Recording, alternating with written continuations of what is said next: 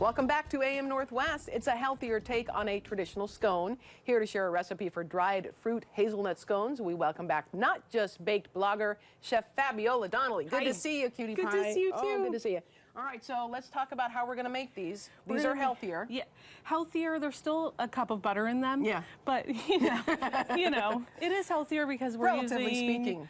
Yes, exactly. A little bit of whole wheat flour and a lot less sugar. Okay. So usually there's a whole lot of sugar in these, and because we're using the dried fruit, I decided to use less sugar, and you can actually omit the sugar altogether. Okay. You really don't even need it, but I do like a little bit of sweetness. Yeah, so I I'm did, with you. yeah, 3 tablespoons of sugar for all of these scones is really not that much. Okay. But I use 2 cups and 3/4 of the whole wheat pastry flour, and then 2 cups of the all-purpose flour. So it is a touch healthier. Okay. I say slightly and a touch with air quotes. Sure.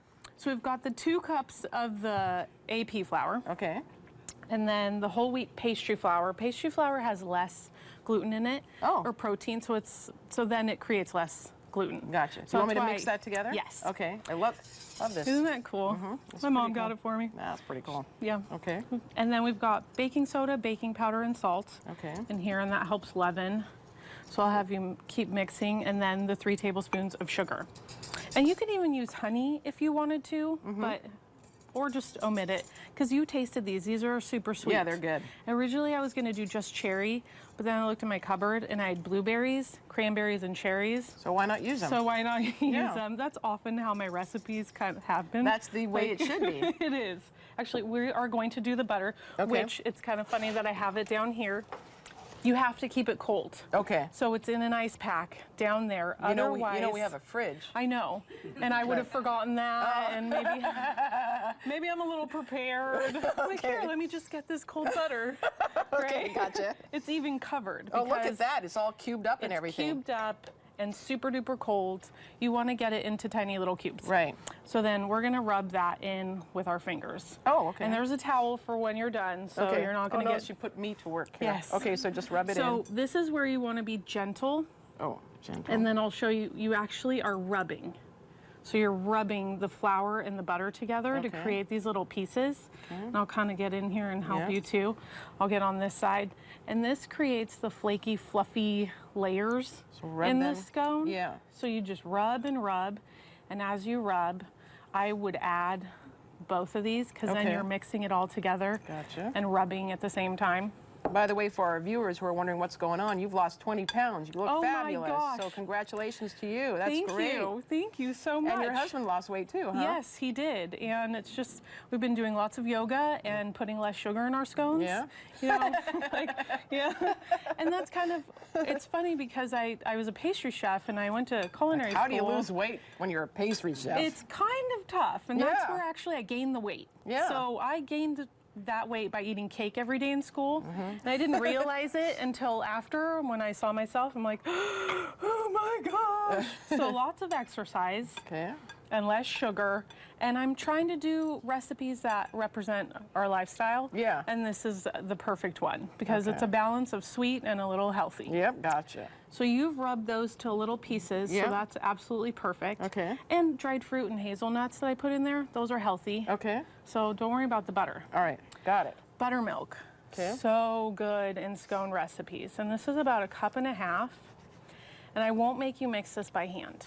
Thank you. I used to, but I started using a spatula because it gets kind of crazy. So this is where I'll kind of show you. It just, you want to fluff it and be gentle. Because overbeating it will we lose some of the texture, right? Yes, it is. And also it gets super tough and the crumb is weird. Okay. And then when you eat it, it's kind of chewy and hard. And Portland, it's kind of funny.